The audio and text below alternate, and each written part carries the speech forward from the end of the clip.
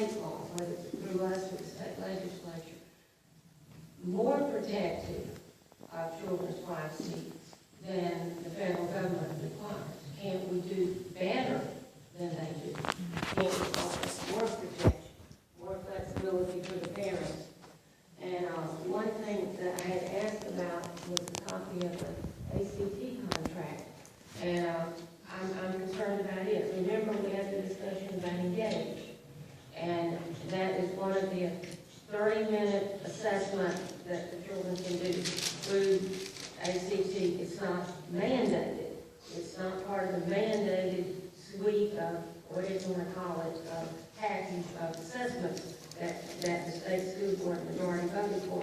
But it has socio-behavioral, whatever, information on it.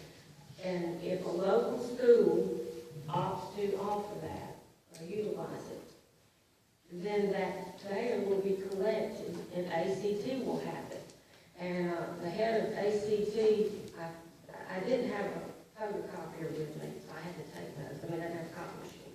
I had to take notes. But on July 2nd, in an Ed Weed article written by Carol Lee Adams, July 2nd, 2012, it was called the ACT, the Rollout Career and College Ready Test for grades 3 through 10.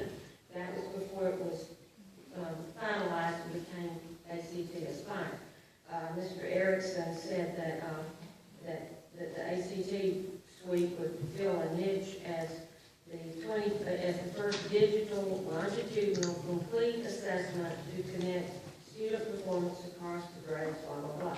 There will be an interest inventory, and he said it will look beyond academics to get a complete picture of the whole child, and an interest inventory and assessment of behavioral skills. We see we're getting out of the academics, and that's what scares parents with that non-academic. And they say the devil's in the details. We're going to get in trouble in the details if we act in too much haste. I know, Dr. Bice wants to move on. I can understand that his position wants to get, things done. But sometimes it's better to try to get many wise people together, including public, to kind of vet this stuff out. We need people that deal with technology, in the private industry and all. And I'm just concerned because I don't know what all the exclusions are with ACT and any other surveys that the local schools are coming up. You did ask a question, if you'd like to respond. As I understood your question to be whether or not state law could be made addressing issues that also pertain to federal application.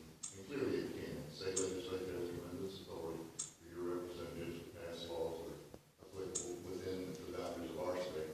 Federal law, so long as it's not supplanted, so long as it violates some constitutional principle of supremacy or others, then the state law would apply.